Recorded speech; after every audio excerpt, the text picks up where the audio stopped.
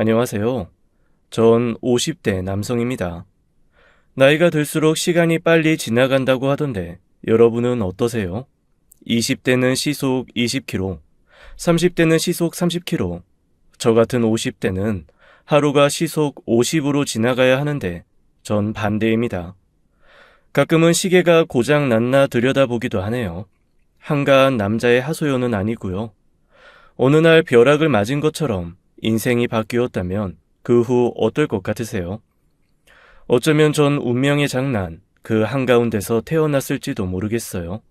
제 사연 끝까지 들어주시고 한 말씀씩 해주시면 고맙겠습니다. 앞으로 사는데 큰 도움이 될 것 같아요. 전 출생부터 평탄치가 않았어요. 위로 누나 5에 막내로 태어난 아들입니다. 네, 귀한 아들 맞아요. 어머니의 당신 목숨보다 귀하다는 말 수도 없이 듣고 자랐으니까요. 아버진 제가 어릴 때 지병으로 돌아가셨어요. 어렸을 때 몰랐는데 아버진 돌아가시고 사춘기가 되니까 제 처지가 못 견디게 민망한 순간이 오더라고요. 어머니, 누나들 하는 행동도 마음에 안 들고 언제까지 날 아기 취급할 건지 그때부터 집이 불편해지기 시작했죠. 오죽하면 부모님한테 혼나고 종아리 맞았다는 애가 부러울 지경이었어요. 전 혼나지도 않고 자라서 학교에서 처음 선생님한테 혼났을 때 충격으로 오줌까지 싼 적이 있을 정도였어요. 또 20대 청년이 되니까 웃지 못할 일도 생기더라고요. 친구들은 여자친구랑 헤어지고 싶으면 저한테 왔어요. 동빈아, 네 누나들 좀 빌리자. 혜정이랑 그만 끝내고 싶은데 핑계가 없잖아. 나 누나 5명 있다고 해도 되지? 그런 거 나 모르게 해라. 약 올리냐? 연애 한번 못 해본 친구한테. 약 올리기는 무슨... 야, 미치겠다니까. 별짓을 다 해봐도 안 떨어져서 그래. 고맙다 동빈아. 큰 누나 이름이 뭐랬지? 필람? 웃지 못할 에피소드였죠. 누나들 이름도 동생은 꼭 아들 낳아야 한다고 사납게 지었어요. 큰 누나 필람으로 시작해서 필순까지 남동생 보라고 그랬대요. 막내 누나 이름은 딸은 이제 끝나자는 뜻으로 지었고요. 누나들 다 한 성깔했고 어머니도 목소리가 크셨어요. 귀한 아들이라고 하도 유난을 부리셔서 어딜 가도 전 존재감이 뚜렷했죠. 전학을 하면 한숨 돌리나 싶었는데 그것도 아니었어요. 어머니가 저 잘 부탁한다고 선생님들한테 떡을 돌리고 애들한텐 꼭 빵이랑 우유를 돌렸죠. 제발 그런 거 하지 마시래도 소용이 없었어요. 애들이 저를 엄청난 부잣집 아들로 오해해도 이상할 게 없었습니다. 학교에 떡이랑 빵 돌리지 학용품도 최고급에 도시락 반찬도 화려했으니까요. 하지만 그건 다 누나들의 초라한 도시락을 대신한 거였어요. 큰 누나는 저랑 10살 넘게 차이가 났고 제가 중학교 때 회사를 다녔는데 아침마다 도시락을 싸더라고요. 한 번은 슬쩍 보니까 북어에 고추장 슥슥 묵히더니 그거 달랑 싸서 출근하는 걸 봤습니다. 모든 일이 그런 식이었어요. 6째, 막내 아들이자 외아들인 저는 무조건 최고급에 좋은 거, 누나들은 저 해주고 남은 거 아니면 각자 알아서 사는 게 우리 집 규칙이었죠. 우리 가족만 사는 세상이면 아무런 문제가 없었겠지만 그건 저한테 독이 됐어요. 솔직히 장가들기엔 제 조건이 그렇게 좋지 않았습니다. 동네엔 우리 집 소문이 파다하게 퍼져 있었기 때문에 짝사랑하던 여자애한테 입도 뻥끗할 수 없었어요. 제가 지나가면 동네 어른들이 수군거렸죠. 딸 있는 집은 행여 저 집 아들이랑 엮이면 안 돼. 고생길이 훤하다니까. 동빈이 엄마 깐깐한 거 알지? 아들 일이라면 무조건 쌍심지부터 켜잖아. 며느리를 얼마나 잡겠어? 안 그래? 누가 아니래? 우리 딸들한테도 단단히 일러뒀어. 저 집 아들이랑은 말도 섞지 말라고. 게다가 친구들은 사귀던 여자랑 헤어지고 싶을 땐 꼭 제 핑계를 댔습니다. 누나 5명 있다고 하면 여자들이 뒤도 안 돌아보고 간대요. 한 번은 술집에 따라가 친구가 애인이랑 헤어지는 걸 몰래 지켜봤죠. 혜정아 미안하다. 나 사실 외동 아들이라는 거 뻥이야. 위로 누나들이 있어. 그런데 좀 많아. 전 여자 표정을 유심히 봤죠. 어떻게 반응하나 궁금해서요. 그 여자는 엄청 놀라더라고요. 약간 겁까지 내면서 이렇게 물었습니다. 몇 명이나? 자그마치 5명. 나 6째고 막내 아들이야. 뭐? 야, 그런 건 사귀기 전에 얘기했어야지. 위로 누나를 5이나 둔 주제에 나한테 연애를 걸어? 네가 그랬지? 결혼할 여자 아니면 안 사귄다고.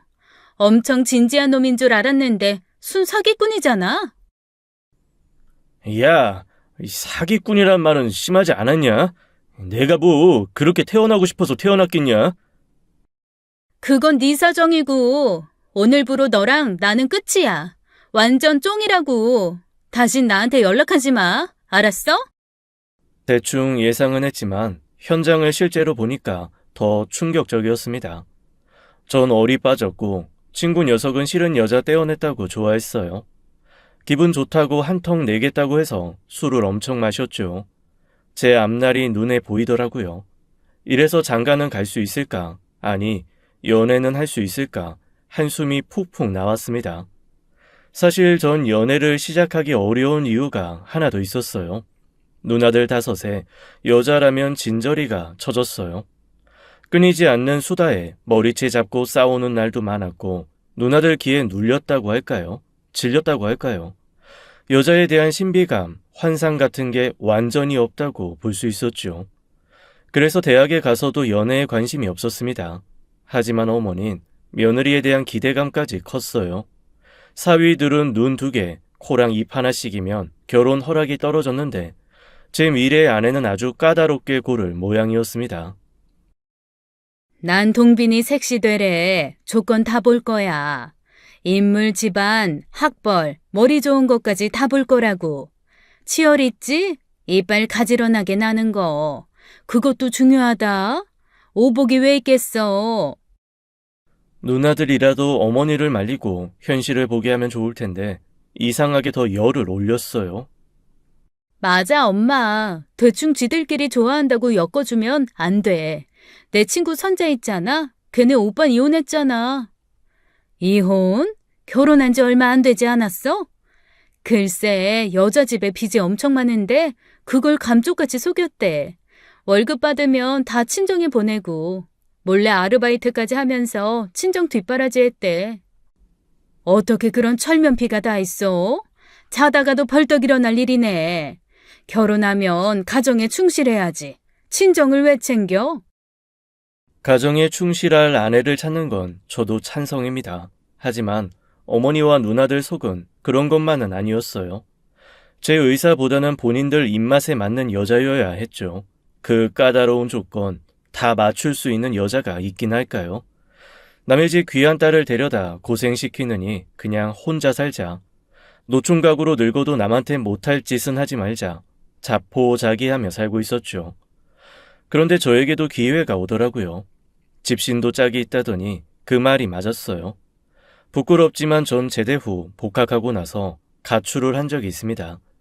독립하겠다고 하니까 어머니가 절대로 안 된다고 난리를 치시고 누나들도 독립을 하려면 차라리 장가를 가라고 잔소리를 해서 정이 뚝 떨어진 적이 있었어요. 전 몰래 집을 나와 고시원의 방을 얻어 들어갔죠. 방은 정말 형편없었습니다. 칫솔 하나도 안 챙겨 나와서 살림도 없었고요. 아무리 집이 지긋지긋하다고 해도 25이 넘도록 편하게 살아온 건 부정할 수 없었어요. 세탁기 사용법 몰라 헤매야 했으니까요. 밥도 계속 사 먹으니 물리고 컵라면도 하루 이틀이지 집 김치가 너무 먹고 싶어 침만 꼴딱꼴딱 삼키다 결국 고시원 냉장고에 손을 댔습니다. 업소용처럼 키 큰 냉장고에는 고시원 사람들이 자기 반찬을 넣어놓고 보관하고 있었어요. 아무도 없을 때 전 참다 못해 냉장고를 열고 가장 안쪽으로 손을 뻗어 반찬통을 꺼냈죠. 뚜껑을 열자마자 팍 신 김치 냄새가 코를 찔렀어요. 우스운 건 전 집에서 신 김치는 쳐다도 안 봤다는 거였죠. 늘 갓 담근 김치만 먹는 게 제 식성이었어요. 하지만 고시원에서 대충 먹고 살다 보니 신김치 냄새도 좋더라고요. 전 고개를 쳐박고 미친 듯이 김치를 퍼먹었습니다. 그때였어요. 이보세요. 맛있어요?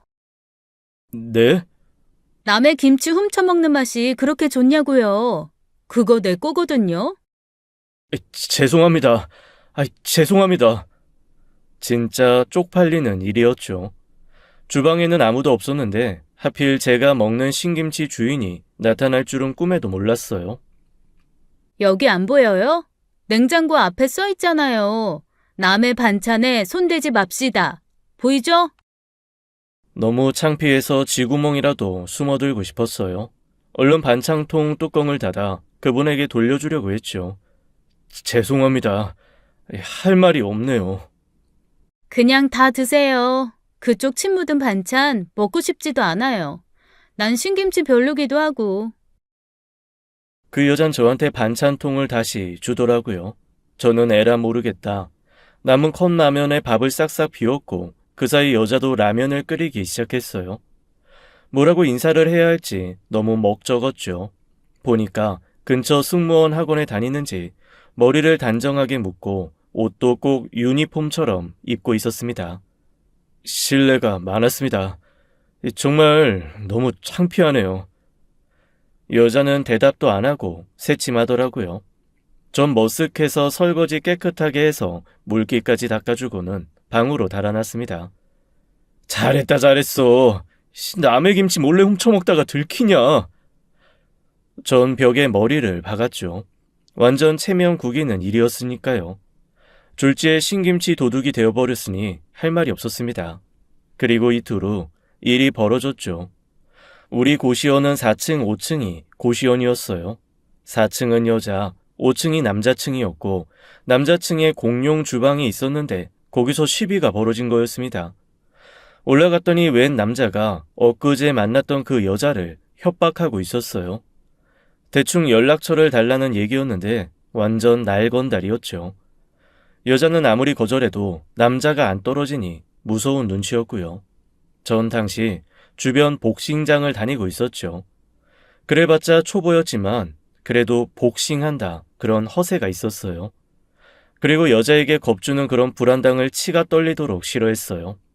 둘째 누나, 넷째 누나가 그런 남자 때문에 곤욕을 치룬 적이 있어서 상황이 한눈에 파악되더라고요. 어이 형씨, 여자가 싫다는데 왜 이래요? 그만 가요, 네? 너 뭐야? 얘 애인이라도 되냐? 제3자는 꺼져. 알겠냐? 나 아예 사촌 오빠야. 그 손 당장 놔. 안 놔? 그래, 우리 사촌 오빠야. 오빠, 저 사람 이상해. 싫다는데 자꾸 만나자고 하고 연락처 달라잖아. 넌 빨리 내려가서 총무한테 알리고 경찰 불러. 이 자식아, 어디서 수작질이야. 여자한테 이러고 다니는 거 창피하지도 않냐? 어쭈, 때리려고? 때려봐. 내세울 게 주먹밖에 없는 것 같은데 때려보라고. 그때였어요. 총무가 주방에 나타나 소리를 지르기 시작했죠. 사실 고수연 총무는 진짜 권투 선수 출신이었습니다. 나이는 있으셔도 한자락하던 과거의 모습이 온몸에 흘러넘쳤죠. 근육질 몸에 험상 굳은 얼굴, 팔뚝 하나는 전체가 문신이었고요. 전 사실 총무님 믿고 큰 소리 친 거였습니다. 그 날건달은 총무님 기세에 눌려 우물쭈물하더니 그대로 내뺐어요. 알고 보니 어제 들어온 녀석이었고 오자마자 사고를 친 거였죠. 총무는 열받아서 당장 쫓아낼 거라고 하더라고요. 그렇게 전 신김치에 대한 보답을 제대로 하게 됐죠. 여자는 눈물이 글썽글썽해서 절 보더라고요. 그 이후 뭔가 느낌이 좋았어요. 역시나 주방에서 마주칠 때마다 그 여자는 먹을 걸 그렇게 주더라고요. 빵, 음료수, 과일까지. 어느새 우리는 오빠 동생 하는 사이가 됐습니다. 그 앤 지방에서 올라왔고 항공사 시험 준비를 하고 있더라고요. 꿈이 외국 항공사에 들어가 전 세계를 누비는 거랬어요.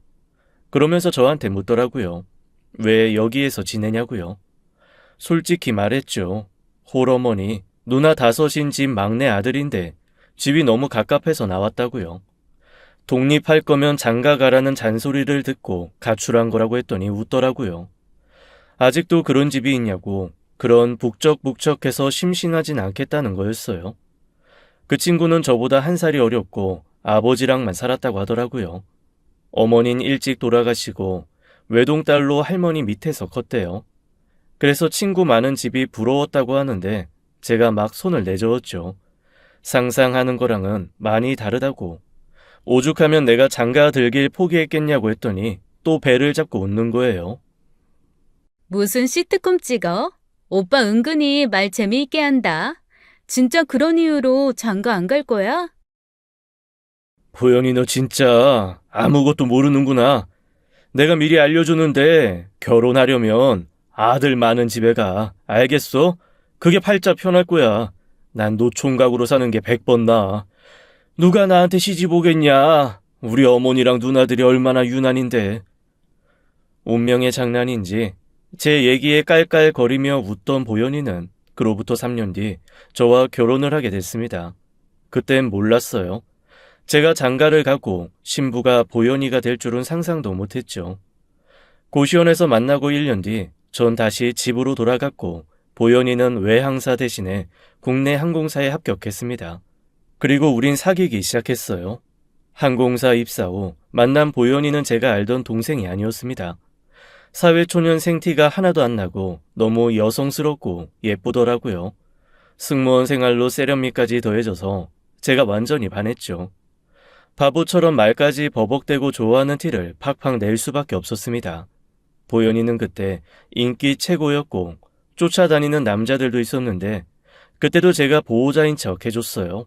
사촌 오빠가 됐다가 친오빠도 됐다가 어느 날은 애인인 척도 했는데 하루는 보현이가 그러더라고요.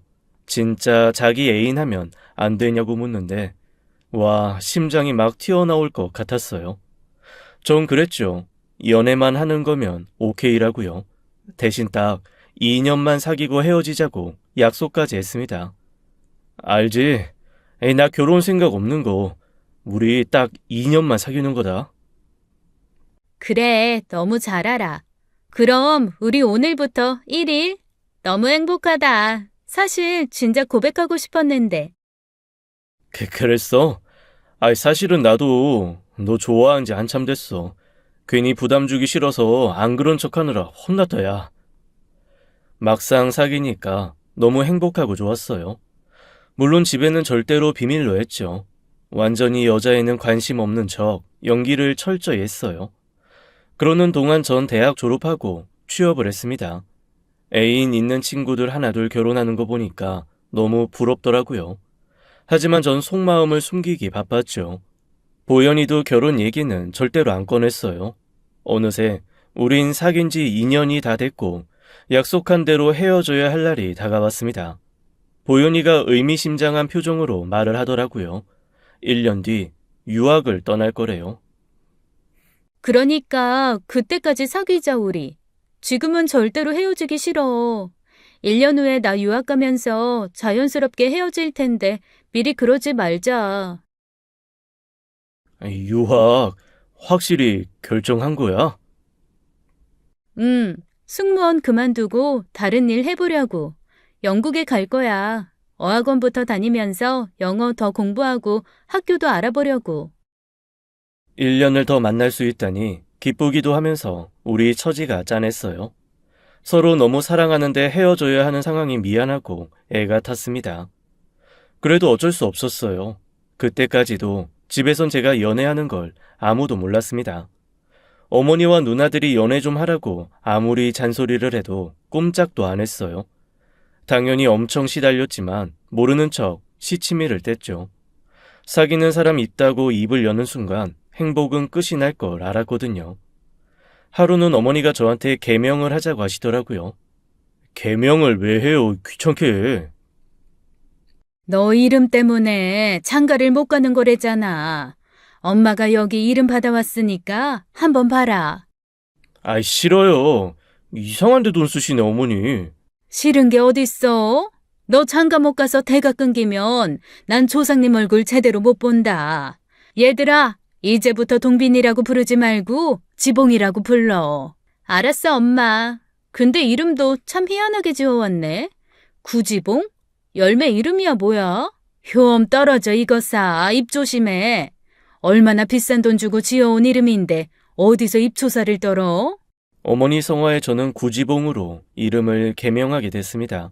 은행부터 통신사까지 바꿔야 할 게 많아서 귀찮았지만 어쩔 수 없었어요. 여자친구는 제 얘기를 듣고 배꼽이 빠져라 웃었죠. 지봉? 구지봉? 너무 웃긴다 진짜. 웃을 일 아니야. 오죽하면 내가 그 귀찮은 걸 참으면서 네 얘기를 안 꺼냈을까. 아마 말 나오는 즉시 당장 결혼하라고 하셨을걸. 그렇게 전 가족들의 잔소리를 한 귀로 흘리면서 버티고 버텼죠. 그러다 일이 벌어졌습니다. 평일에 휴가를 내고 놀이공원에 갔는데 글쎄 큰 조카한테 데이트 장면을 들킨 거였어요. 정말 생각지도 못했습니다. 보현이랑 손 꼭 붙잡고 팝콘을 사고 돌아섰는데 낯익은 얼굴이 싱글싱글 웃고 있더라고요. 고등학생 큰 조카가 거기로 소풍을 왔더라고요. 전 용돈을 어마어마하게 갖다 바치면서 제발 비밀로 해달라고 부탁을 했는데 그거 다 무용지물이 됐습니다. 쪼르르 지 엄마한테 다 일러 바쳐서 당장 저는 취조를 당하게 됐어요. 누나들이 다 몰려와 어머니랑 합세해 잠을 안 재우면서 괴롭혔습니다. 그 여자는 뭐하는 애냐? 집안은 어떠냐? 하도 극성을 부려서 나중엔 제가 막 화를 냈습니다. 이럴 줄 알고 내가 말 안 한 거야. 난 이 집에서 자유가 없어? 누굴 사귀면 꼭 말해야 돼? 걔 사귄 지 이틀밖에 안 됐어. 집안 어떤지도 모르고 직업도 몰라. 아, 귀찮게 좀 하지 마. 지영이 걔는 왜 그렇게 입이 싸? 화내는 거 보니까 더 이상해. 지영이가 보니까 둘이 보통 사이 아니라던데?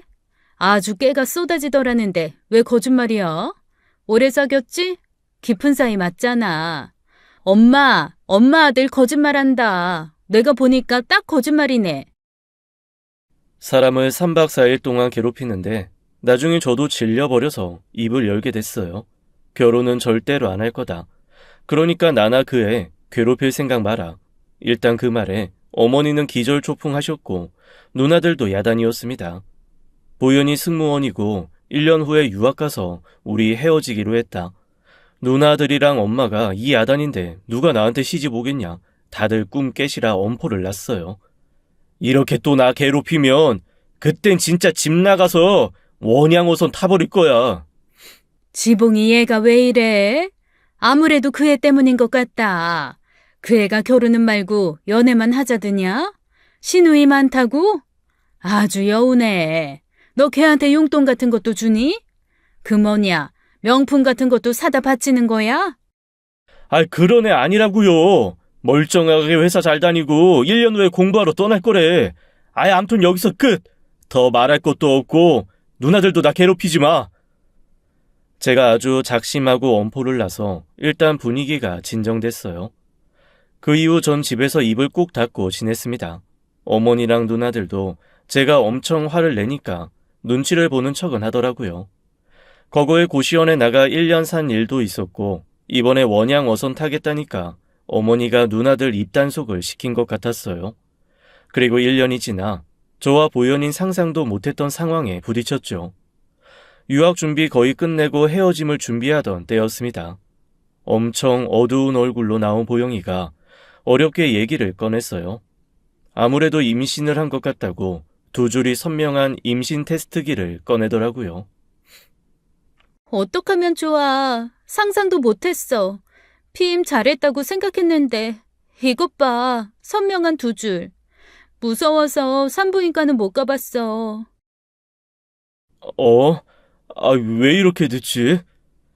둘 다 그야말로 멘붕이 와서 어떻게 해야 할지 알 수가 없었습니다.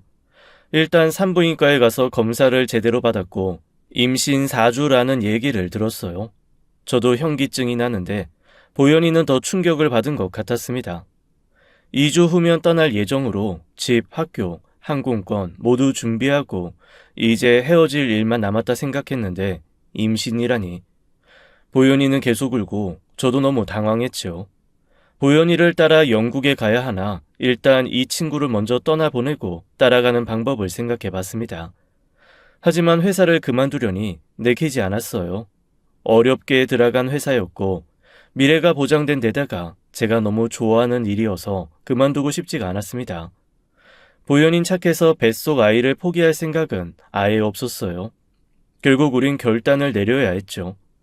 제가 먼저 말을 꺼냈습니다. 아이 지켜야 하지 않겠냐고요. 책임감 느껴지고 제 처지만 아니면 결혼하고 싶다고 했어요.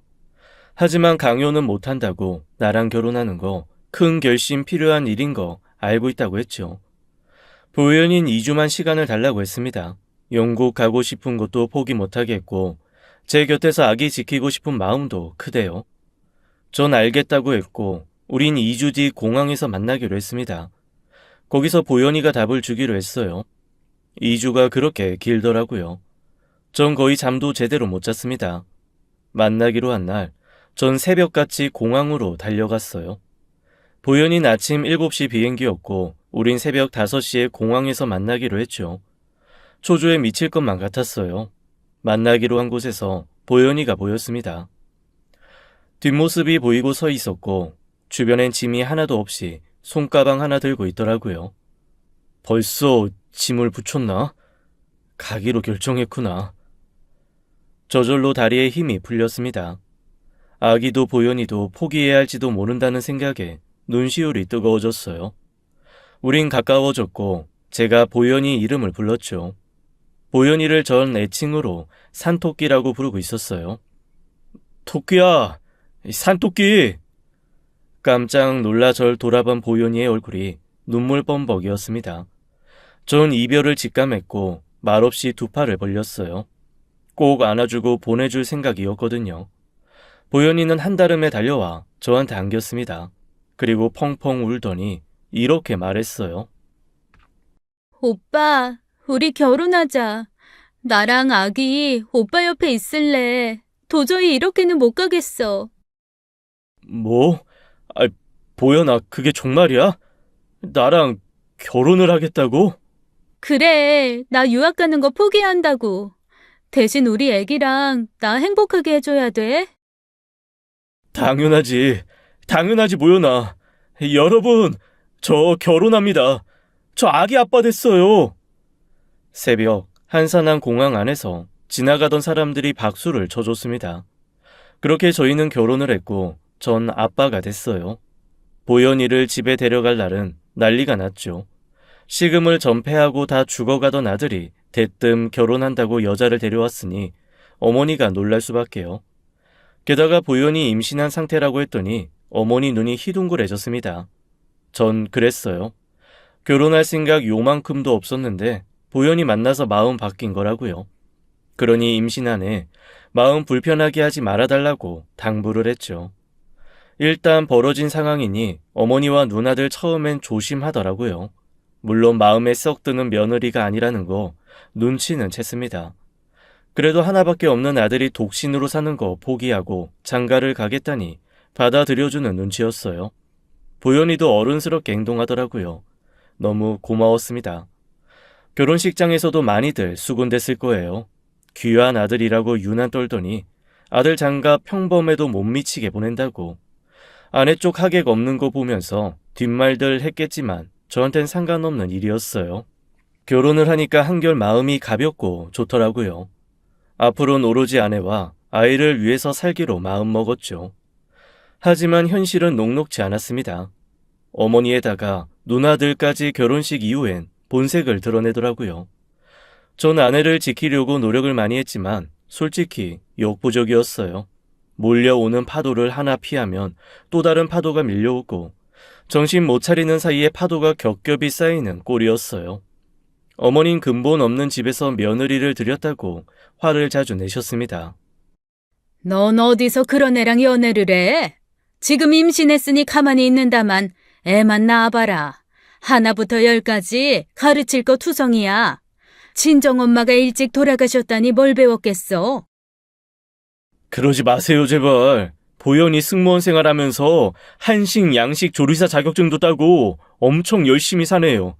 집에도 가보면 먼지 한 톨 없어요. 낭비도 모르고요. 그런 애를 뭘 가르친다고 그러세요. 그럴 시간에 누나들 집에 나가봐요. 누나들도 살림 엉망이던데 어머니 괜히 그러셔.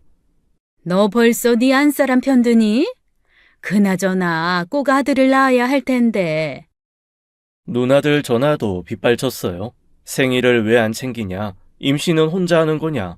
저보고 아침은 꼭 얻어먹고 다녀라. 한마디씩만 해도 잔소리가 5번이니 환장할 지경이었죠. 전 그랬습니다. 나한테 잔소리할 시간에 매형들한테 잘하라고요. 싸우기도 싫고 말 섞기 귀찮아 과묵하던 제가 그러니까 누나들도 처음엔 적응을 못했습니다. 장가 가더니 변했다. 유별나게 군다고 하도 그래서 저도 맞받아 쳤어요. 누나들 태교한다고 유난 떨던 거 다 기억하고 있다고. 잘못하면 조카 얼굴 못 볼 줄 알아라. 총력을 다해 방어했습니다. 그렇게 시간은 흘러 예정일이 이틀 지나 출산을 하게 됐죠. 딸이었고 우린 너무 기뻤어요. 꼬물거리는 신생아가 너무 예뻐 둘 다 정신을 못 차렸습니다. 조리원에 있을 때 시간이 어떻게 가는지도 몰랐어요. 우리 공주 눈동자가 꼭 보석 같지. 이렇게 예쁠 줄 몰랐어, 정말. 요 입 좀 봐. 왜 이렇게 귀여워. 핸드폰 사진첩 터질 것 같아. 벌써 우리 딸 사진 한 500장은 있을걸? 고마워 자기야. 하지만 조리원 밖에선 난리였습니다. 어머님 벌써 둘째는 꼭 아들을 낳아야 한다고 벼르고 계셨어요. 누나들은 또 자기들은 애 낳고 조리원 같은 데는 구경도 못했다면서 저희가 유난을 떤다고 하더라고요. 조리원에서 나와 집으로 가던 날 누나들과 어머니가 순서대로 들이닥쳤습니다. 제발 그러지 마시라고 신신당부를 했는데 어머니는 처음부터 말실수를 하셨어요. 이번에는 나도 할 말 해야겠다. 몸 추스르면서 둘째 준비해. 내가 아들 낳는 비법 다 전수해 줄 테니까 고지고대로 다 하고. 지봉이 귀한 아들이다. 가문의 대를 이어야 돼. 내 말 무슨 말인지 알지? 모르겠어요, 어머니. 우리 아기 이제 막 집에 왔는데 그게 무슨 말씀이세요? 아기 좀 보세요. 너무 예쁘지 않아요? 내 아들 닮아 귀티나게는 생겼구나. 그래봤자 딸인데 뭘. 난 간다. 벌써요? 아기 안아보시지도 않고요? 필요 없다. 그동안 너 임신 중이어서 내가 봐줬는데 집제사랑 행사부터 시누이들 생일 다 챙겨라. 내가 너 어떻게 하는지 지켜볼 거야. 알았어? 어디서 근본 없는 게 며느리라고 들어와서 첫 번째부터 딸을 낳아? 애 낳았다고 유세 부리지 말고 내 아들 밥 잘 챙겨라. 듣는 제가 화가 나 가만히 있을 수 없었습니다. 어머니 그만 좀 하세요. 생물학적으로 자식 성별은 남자한테서 비롯되는 건데 어머니는 알지도 못하면서 그리고 왜 막말을 하세요? 어머니가 가시고 누나들이 왔지만 아내는 방에 틀어박혀 나오지 못했어요. 너무 기막히고 황당해 울기만 하더라고요. 제가 아기를 안고 나와 누나들한테 진땀 빼며 말했어요. 아내가 많이 아프다고 앓으면서 헛소리까지 했다고 얼른 아기만 보고 가라고 했습니다. 눈치가 없는 건지 못되게 굴기로 작정을 했는지 누나들은 점심때 와서 중국 음식 시켜 먹더니 저녁까지 먹고 간다고 죽치고 있는 걸 제가 간신히 쫓아냈어요. 그 이후 아내는 시련을 겪게 됐죠. 딸을 낳았다는 이유로 어머니는 며느리를 잡았고 누나들도 기다렸다는 듯 하나부터 10까지 사사건건 다 간섭을 하기 시작했어요. 집안 살림부터 자식 키우는 거, 내조하는 문제까지 아내에게 종일토록 연락을 하는 것 같았습니다. 참다 못한 아내가 누나들과 어머니의 통화 내용을 다 녹음해서 저한테 음성 파일로 보냈더라고요. 저도 못 들어줄 정도였어요. 하다못해 화장실 청소 방법까지 이렇게 해라 훈수를 두는데 저도 모르게 누나들 미쳤다는 말이 튀어나오더라고요. 아내가 전화번호를 바꾼 것도 정말 여러 번이었어요. 하지만 나중에 아내는 두 손 두 발 다 들었죠. 결국 전화 없앤다고 하고 연락을 끊더라고요. 전 미안하다는 말밖에는 할 수가 없었습니다. 누나들이랑 싸우는 것도 지치더라고요. 어머니는 계속 아들을 낳으라고 강요를 하셨고 한 번은 아들을 셋 낳은 여자가 입던 속옷을 눈앞에서 입으라고 우기셨어요. 아내는 결국 참지 못하고 어머니한테 대들었죠. 그만 좀 하세요. 성별을 어떻게 정해서 낳아요? 둘째가 딸이면 또 아들 낳으라고 똑같이 이러실 거예요? 당연하지. 넌 우리 집에 시집 오면서 그만한 각오도 안 했니? 홀아버지 밑에서 컸다더니 티가 이렇게 나는구나. 너 우리 집 우습게 보지 마라.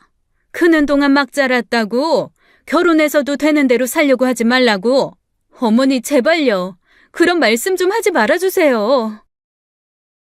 아내는 출산 후 내내 눈물바람을 했어요. 결국 아내는 어머니, 누나들을 당분간 보지 않겠다 선언하고 모든 걸 저한테 맡겼습니다. 1년 후엔 정신과 다니면서 우울증 진단을 받았고요. 당연히 부부싸움도 잦아졌죠. 원망을 할 사람이 저밖에 없었겠지만 저도 지쳐가기 시작했어요. 제 입에서 우리 엄마 원래 그런 사람이다. 누나들 잔소리 하루 이틀이냐 이런 말이 나오더라고요. 다 결혼 전에 제가 예상한 일들이었습니다. 애기 돌 지나고 부부 사이 엉망되면서 그제야 후회가 되더라고요. 이럴 줄 알았으면서 연애하고 결혼한 제가 원망스러울 지경이었죠. 아내는 1년쯤 누나들과 어머니를 보지 않다가 다시 억지로 만나고 또 상처받고 만나지 않다가 다시 만나게 되는 상황을 반복하게 됐어요. 어머니와 누나들은 그래도 막무가내였죠. 늘 자기들 하고 싶은 말이 먼저였고 아픈 아내 마음은 안중에도 없었습니다. 그 사이 우리 딸 정민이는 초등학교를 졸업하고 중학생이 됐어요. 부부 사이의 결혼 전의 애틋함, 연애할 때의 사랑하던 감정은 없어진 지 오래였죠. 이혼 위기도 서너 번 있었지만 힘든 결혼 생활, 딸을 보면서 간신히 이어오고 있었어요. 아내와 전 어머니 성화에 임신을 여러 번 시도했지만 정민이 이후 임신 소식은 없었습니다. 스트레스가 가장 큰 원인이 아니었을까요? 어머니는 여전히 제 딸 정민이를 본체만체 하셨고 아내는 변함없는 그 무정함에 치를 떨었어요. 어떻게 정민이한테 이렇게 무심하실 수가 있어? 중학교 입학한 거 알긴 아셔? 여전히 어머니는 당신이 1순위야. 우리 정민이 딸이라고 손주 취급도 안 하는 게 말이 돼? 나 죽어도 이 억울함, 원통함 못 잊을 것 같아. 나는 무시당해도 내 새끼 무시당하는 걸 어떻게 참아. 그만 좀 해. 아직도 어머니 몰라?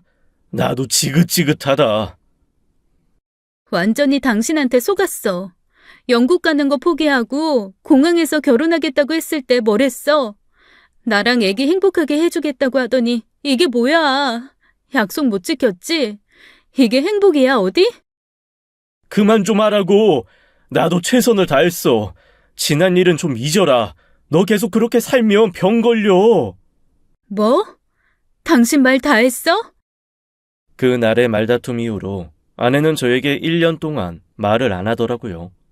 결정적으로 어머니가 또다시 집에 찾아와 왜 한 집안의 대를 끊어놓냐고 막말을 하셨고 중학생인 정민이가 대드는 일이 벌어졌어요.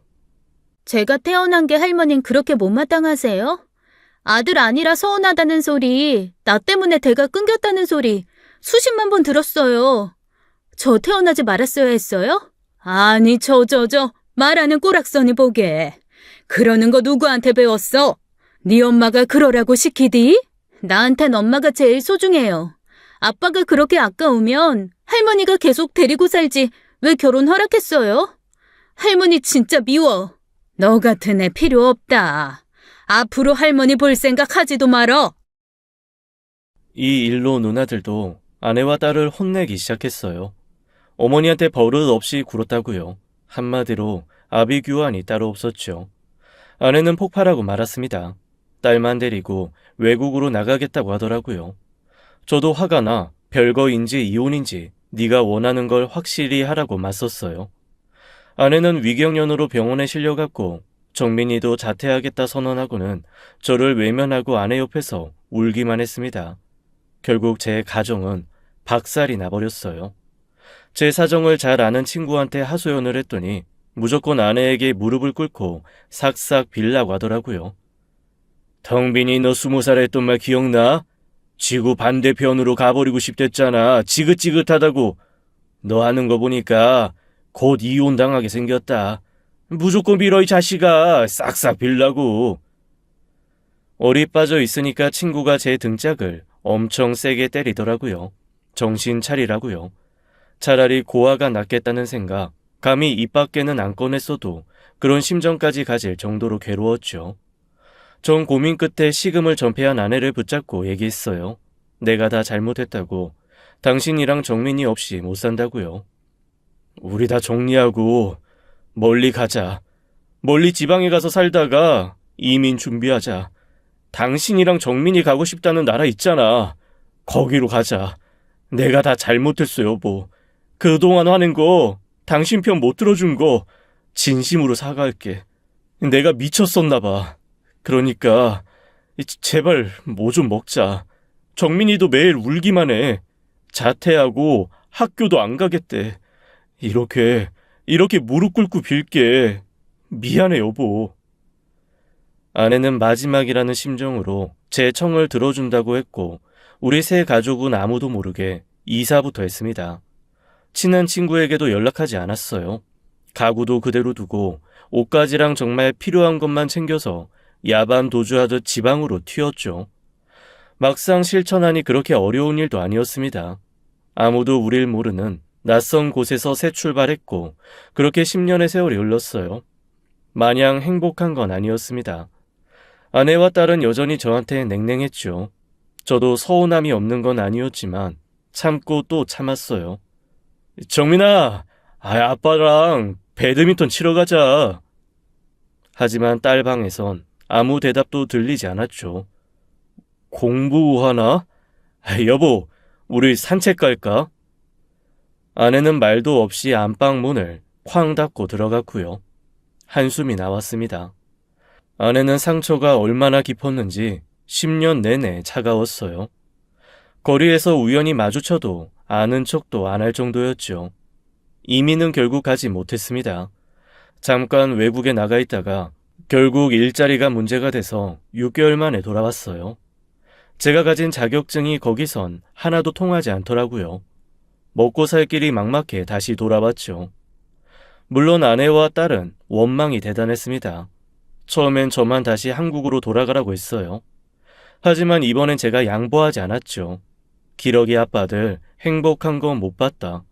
여기서 가난하게 사느니 한국에서 풍족하게 살게 해주겠다고 약속하고 데려왔어요. 그 약속을 지키려고 전 일에 몰두했습니다. 연봉은 점점 올라갔고 업계에서 입지를 탄탄히 굳혔죠. 나중엔 사업을 크게 벌여 목돈도 여러 번 만들어줬고요. 엄청 큰 집에 살면서 아내와 딸, 남부럽지 않게 살도록 최선을 다했어요.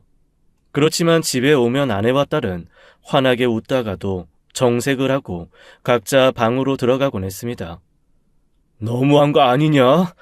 여보, 정민아, 나도 같이 얘기 좀 하자. 하지만 사춘기 딸은 절 외면했고 아내에게선 쌀쌀한 표정만 볼 수 있었죠.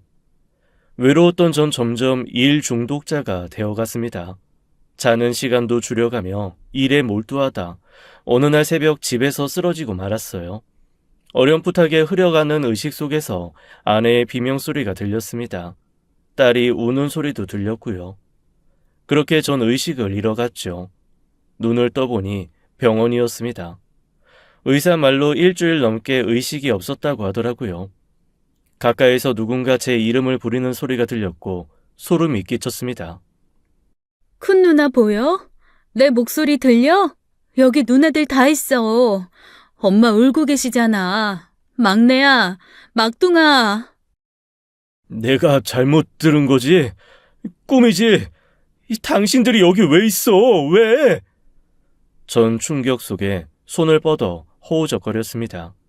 꿈이라면 깨야 했고 아내나 딸이 제 손을 잡아줬으면 했어요. 하지만 어머니의 목소리까지 아주 가깝게 들려왔죠. 아들아, 엄마 여기 있다. 엄마가 손잡아 줄게. 고개 좀 돌려봐, 이 녀석아. 왜 왔어? 여길 어떻게 알고 왔냐고. 정민이랑 정민 엄마 어디 있어? 또 심한 말 한 거야? 당장 그 둘 데리고 와. 다 나가고 정민 엄마 데리고 오라고. 제가 막 소리를 지르니까 어머니와 누나들이 오열하기 시작했어요. 전 그 소리조차 듣기 싫어 벌떡 일어났습니다. 화가 나 팔뚝에 꽂힌 수액 주사를 빼서 내팽개쳤어요. 왜들 이러냐고. 잘 살고 있는데 왜 또 와서 회방 놓냐고. 누나들과 어머니의 등을 떠밀어 병실 밖으로 내쫓았습니다. 곁에 있던 의료진들이 절 말렸지만 제 힘이 더 셌어요. 나가라고, 정민이 오기 전에 나가라고 소리 지르며 그들을 내쫓았더니 어머니와 누나들은 더 버티지 못하고 병실을 나갔습니다. 다들 표정이 굳어지고 심각해지더라고요. 10년 동안 세 가족이 조용히 살았는데 이제 또 시작인가 싶어 괴로웠죠. 그때였어요. 갑자기 머리가 깨질 듯이 아파왔습니다. 아이씨, 왜 이래? 선생님, 머리가 너무 아파요. 선생님. 주변 물건들이 흐릿해지면서 전 또다시 정신을 잃었습니다. 다시 깨어났을 땐 지옥이 절 기다리고 있었어요. 넷째 누나가 아내와 딸을 보여주겠다며 절 어디로 데려갔죠. 그곳은 납골 땅이었고 믿기 어렵게도 작은 함 안엔 아내와 정민이의 유골이 놓여 있었어요. 환하게 웃는 사진과 함께요. 전 다시 꿈을 꾸나 했습니다. 꿈이라면 지독한 악몽이다. 왜 깨지 않는 거지? 생각하며 흐느꼈어요. 그때 둘째 누나가 제 어깨를 흔들었습니다. 동빈아, 잘 들어. 10년 전에 정민 엄마랑 정민이 교통사고로 세상 뜬 거 기억 안 나? 두 사람 이 세상 사람 아니잖아. 모르겠어? 무슨 소리 하냐고 전 둘째 누나를 뿌리치고 울부짖었어요. 하지만 누나는 포기하지 않았습니다. 너 10년 동안 그 큰 집에서 혼자 살았잖아. 올케랑 정민인 10년 전에 세상 떠났는데 너 혼자 세 식구 사는 것처럼 말하고 행동하고 그랬던 거라고. 너 병들었어. 모르겠어? 온몸이 떨리고 눈물이 비 오듯 흘렀습니다. 그제야 모든 사실이 선명하게 떠올랐어요. 아내와 딸은 10년 전 다 함께 지방으로 내려가던 길에 고속도로에서 숨을 거뒀습니다. 한밤중 빗길 교통사고였고 저만 간신히 살아남은 거였어요. 이런 불행이 또 있을까요? 뉴스에도 날 만큼 큰 사고였고 저 역시 한동안 깨어나지 못했죠. 의식을 찾은 후에는 모든 게 끝난 뒤였습니다.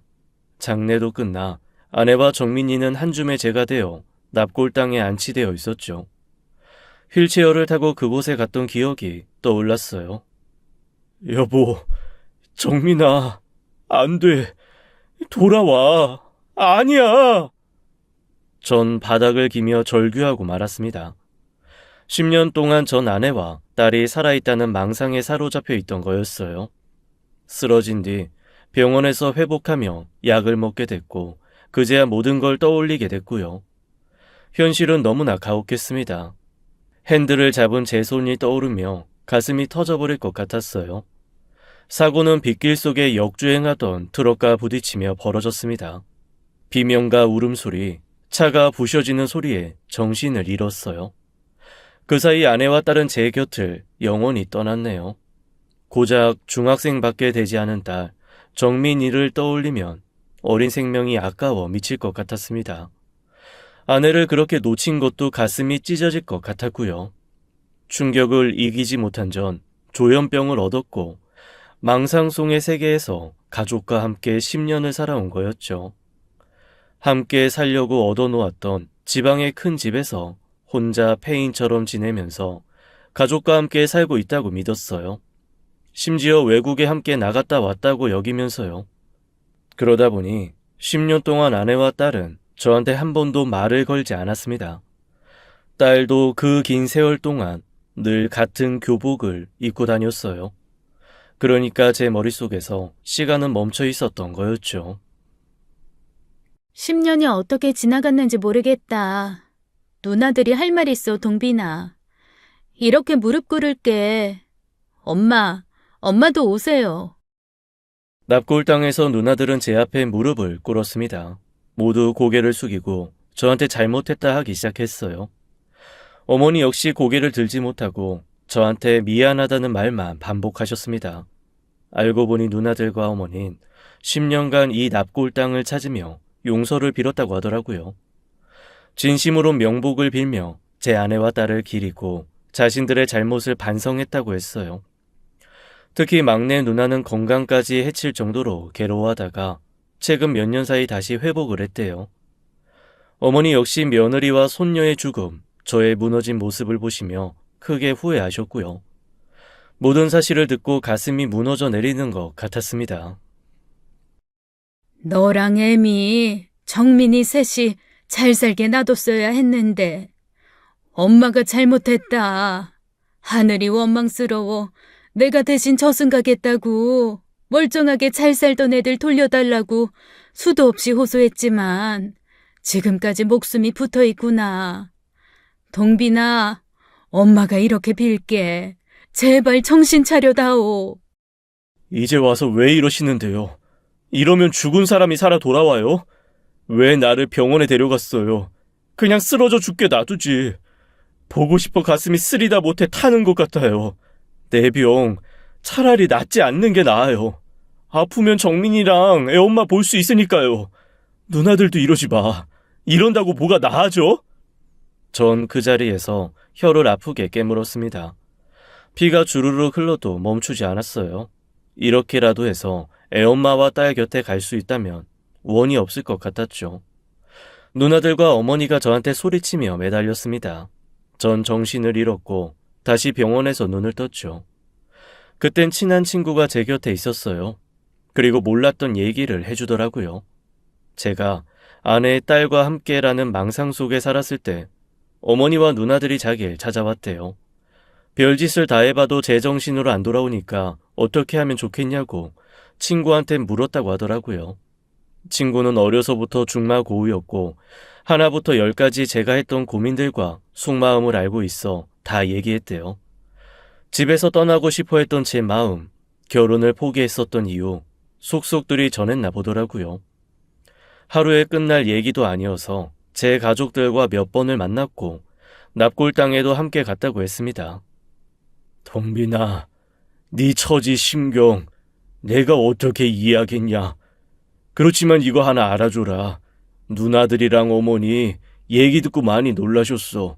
많이 우셨고 많이 아파하시면서 정말 뼈저리게 후회하시더라고. 어머니 10년 사이 많이 늙으셨어. 막내 누나 건강도 많이 상했잖아. 힘들겠지만 이제라도 용서를 해보는 거 어떨까? 아주 조금씩이라도 말이야. 전 어머니와 누나들에게 더 이상 찾아오지 말라고 했습니다. 내 마음이 완전히 회복될 때까지 혼자서 버텨보겠다고 했어요. 약도 잘 먹겠다고 약속했고요. 그래도 마지막으로 아내와 딸을 보고 싶었습니다.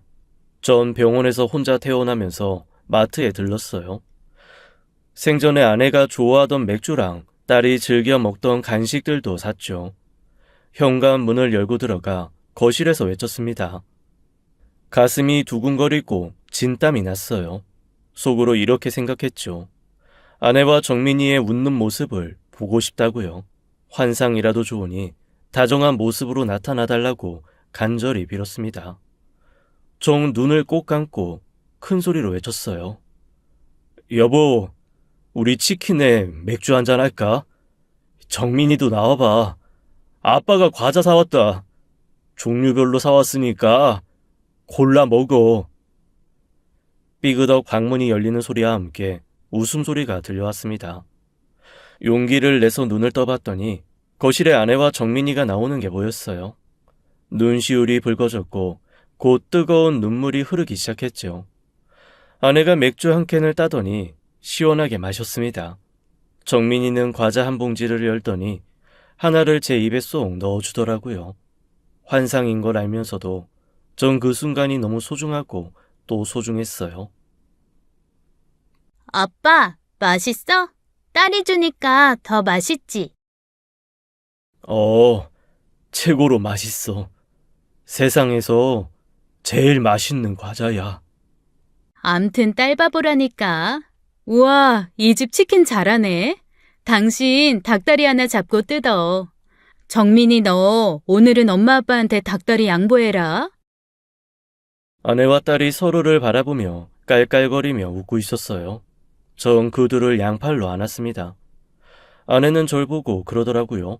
미역국 냄새 안 나냐고. 오늘 당신 생일인 거 잊었냐고요. 다른 선물은 준비하지 못했지만 꼭 하고 싶은 말이 있다고 해서 아내의 눈을 봤어요.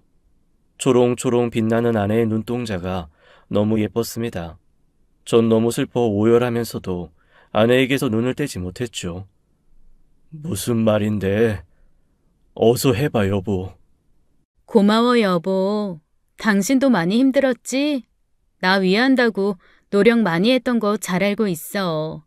수고 많았어, 정민 아빠. 내 인생에서 남편은 오직 당신 한 사람뿐이야. 아빠, 왜 그렇게 울어? 눈물 콧물 범벅이네. 울 아빠 은근 마음 약하다니까. 아빠 사랑해.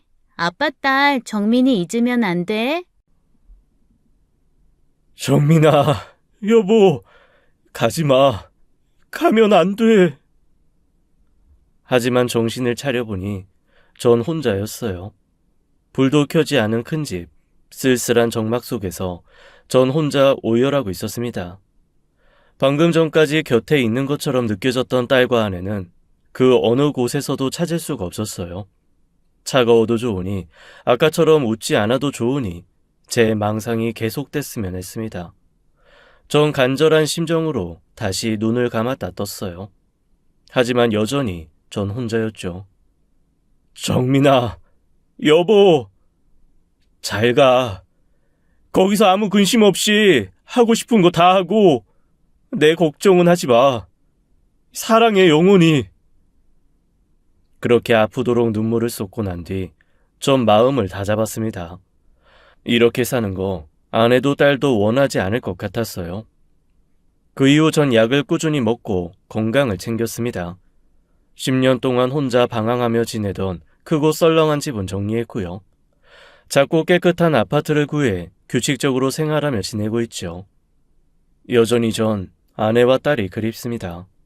봄이 되면 봄이라서 여름이면 휴가를 갔던 추억이 떠올라 계절마다 울고 웃네요. 밖에서 들리는 어린아이 웃음소리에도 화들짝 놀라 밖을 내다보곤 합니다. 제 한없는 그리움은 시간만이 해결해 줄 것 같네요.